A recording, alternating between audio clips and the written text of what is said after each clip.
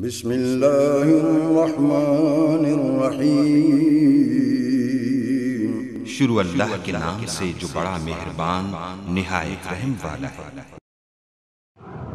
وَإِذْ غَدَوْتَ مِنْ أَهْلِكَ تُبَوِّئُ الْمُؤْمِنِينَ مَقَاعِدَ لِلْقِتَالِ، اور جب صبح کے وقت آپ اپنے گھر سے نکلے مسلمانوں کو قتال کے مقامات بتا رہے تھے۔ واللہ سمیع علیم، اللہ رب العالمین سننے والا اور جاننے والا ہے۔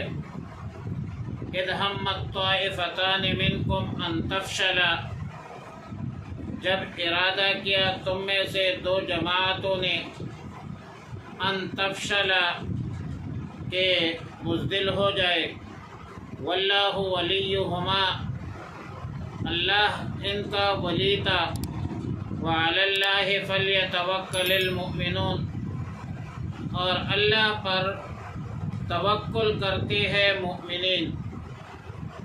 مذکورہ دونوں آیتوں میں غزوہ احد کے متعلق تھوڑا تذکرہ ہے، اور پھر آئندہ رکوع میں اور اس کے بعد والے رکوع میں قدر تفصیلی تذکرہ ہے۔ بنیادی بات یہ ہے کہ رسول اللہ مبارک صلی اللہ علیہ وسلم اعلان نبوت کے بعد 13 سال مکہ مکرمہ زادہ اللہ شرفہ میں مشرکین مکہ کو، قریش کو، دیگر لوگوں کو دین اسلام کی تبلیغ اور تعلیم دیتے تھے۔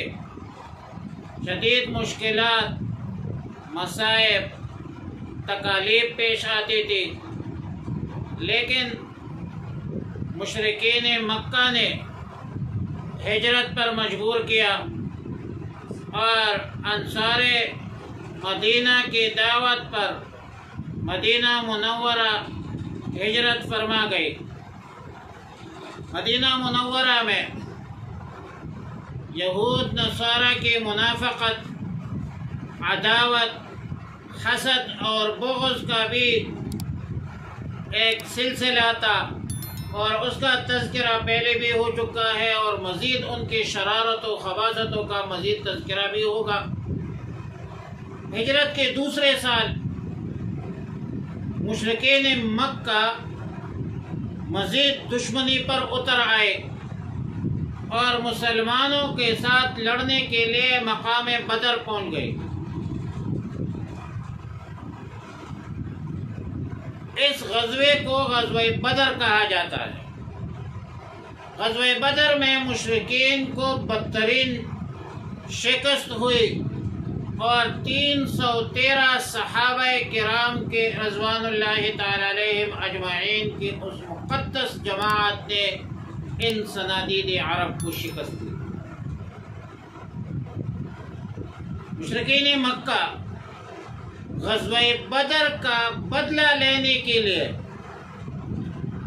ایک بڑی تعداد میں احد پہاڑ کے قریب پہنچ گئے، پڑاؤ ڈال دیا انہوں نے۔ رسول اللہ مبارک صلی اللہ علیہ وسلم نے صحابہ کرام رضوان اللہ تعالی علیہم اجمعین سے مشورہ شروع کیا کہ مشرکین مکہ تو سر پہ آ گئے، اور ابھی ہمیں کیا کرنا چاہیے۔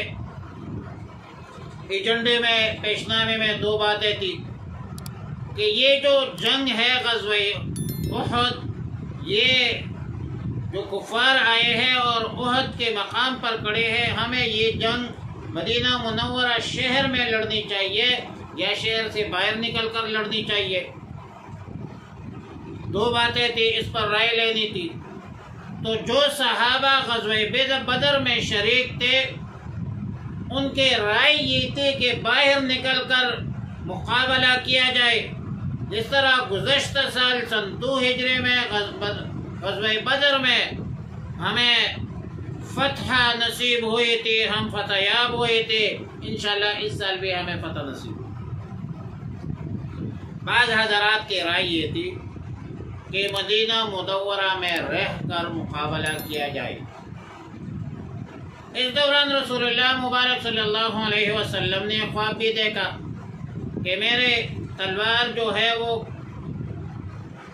کند ہو گئی ہے۔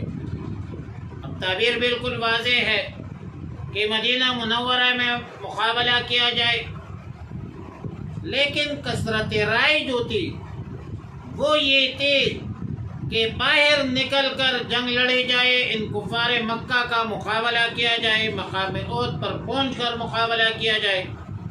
اور ایک اصول ہے کہ مشورے کے بعد مشورہ نہیں ہوتا، مشورے کے بعد توکل ہوتا ہے۔ وشاورہم فی الامر وتوکل علی اللہ، قرآن کی آیت۔ بعد میں بعض حضرات نے رائے دی کہ ہماری تاریخ یہ ہے کہ جب بھی مدینہ منورہ میں رہتے ہوئے جنگ لڑی گئی پھر ہم جیت کر کامیابی ملی۔ کہ رسول اللہ مبارک صلی اللہ علیہ وسلم نے فرمایا کہ کسی نبی کے لیے درست نہیں کہ وہ سامان جنگ سے آراستہ ہو جائے اور دشمن کے طرف نکلنے کا حکم کرے اور بغیر قتال کے واپس ہو جائے، یہ کسی نبی کے لیے جائز نہیں۔ اب اللہ پر توکل کرو، تقوی اختیار کرو، ثابت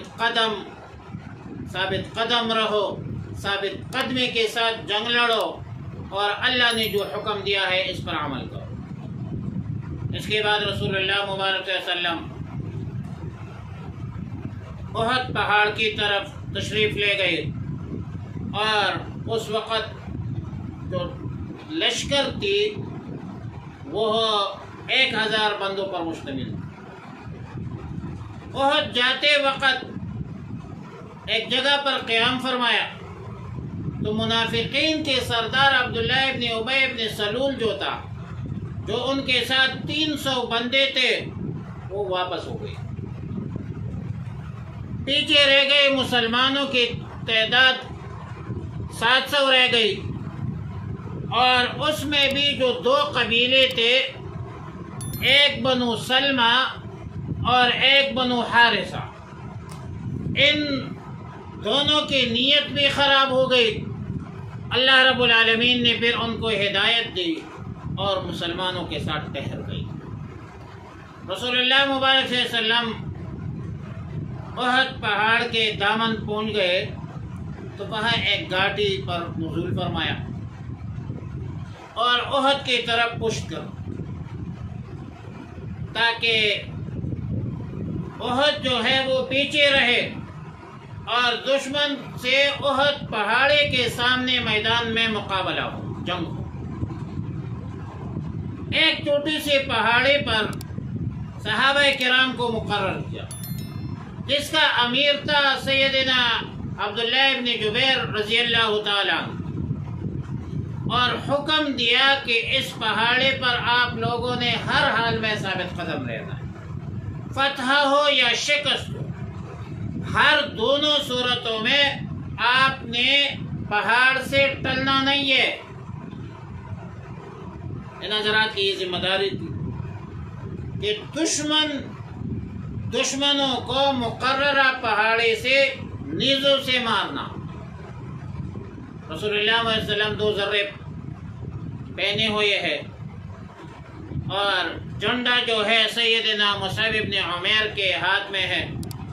رسول اللہ مبارک صلی اللہ علیہ وسلم نے جنگ کی ترتیب بھی مکمل بتا دی، اس کو میمنہ کہتے ہیں، میسرہ کہتے ہیں، اس کی بھی تعین کر دی۔ جب جنگ شروع ہوئی، اللہ رب العالمین نے ابتدا میں مسلمانوں کو فتح نصیب کی، لیکن جو 50 افراد تیر اندازے پر متعین تھے، مقرر تھے، معمور تھے، جب انہوں نے دیکھا کہ فتح ہو گئی تو آپس میں اختلاف ہوا۔ بعض صحابہ کرام نے فرمایا کہ اب یہاں ٹھہرنے کی ضرورت نہیں ہے، ہم تو فتحیاب ہو چکے ہیں، جنگ ختم ہو چکا ہے، وہ لوگ بھاگ گئے ہیں۔ لیکن اس جماعت کے امیر جو تھے سیدنا عبداللہ ابن زبیر رضی اللہ تعالیٰ عنہ اور کچھ ساتھی وہ جمع رہے، وہ نہیں ٹھہرے، لیکن اس صورتحال میں جب دشمن نے دیکھا کہ پہاڑی سے تیر انداز اتر چکے ہیں، تیر اندازی کم ہو گئی ہے، تو دشمن نے دوبارہ پیچھے سے حملہ کیا، صورتحال بدل گئی اور وقتی طور پر ہزیمت کا سامنا مسلمانوں کو کرنا پڑا۔ اور وجہ یہ تھی کہ رسول اللہ مبارک صلی اللہ علیہ وسلم نے جو جنگی ترتیب بتائی تھی اس سے روگردانی ہو گئی۔ اب ظاہر ہے کہ رسول اللہ مبارک صلی اللہ علیہ وسلم نبی ہونے کے ساتھ ساتھ ایک عظیم سپہ سالار بھی ہے۔ فن حرب یہ جنگی امور ایک مستقل فن ہے، اس کے کچھ قواعد ہے، ضوابط ہے، طریقہ کار ہے۔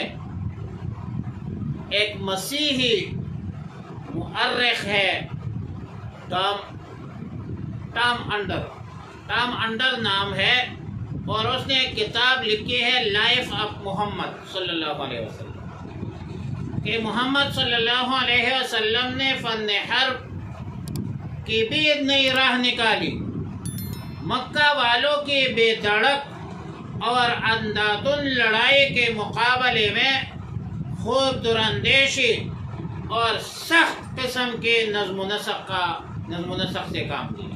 یہ ایک مسیحی مؤرخ لکھتے ہیں کہ رسول اللہ مبارک صلی اللہ علیہ وسلم ایک عظیم جرنیل۔ پہلے آیت کے ابتدا میں فرمایا کہ وَإِذْ غَدَوْتَ مِنْ أَهْلِكَ تُبَوِّئُ الْمُؤْمِنِينَ مَقَاعِدَ لِلْقِتَالِ۔ قرآن کریم نقل واقعات کے حوالے سے ایک خاص اسلوب رکھتا ہے،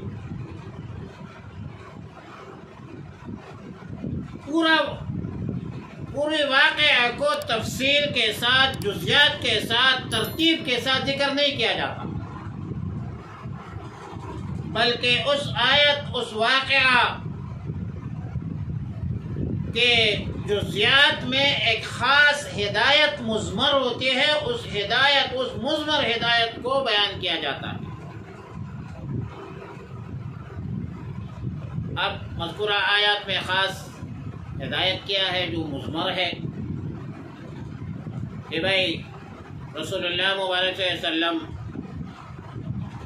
وَإِذْ غَدَوْتَ مِنْ أَهْلِكَ، گھر سے نکلنے کا وقت کیا تھا،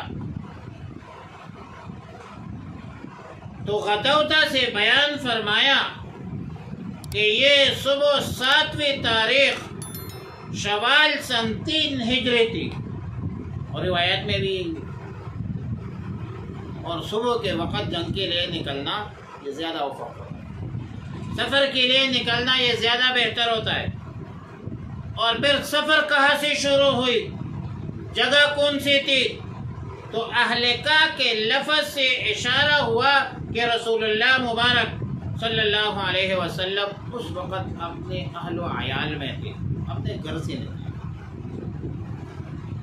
اور تبوئ المؤمنین مقاعد للقتال، یعنی آپ مسلمانوں کو قتال کے لیے مناسب مقامات پر جمع رہے تھے۔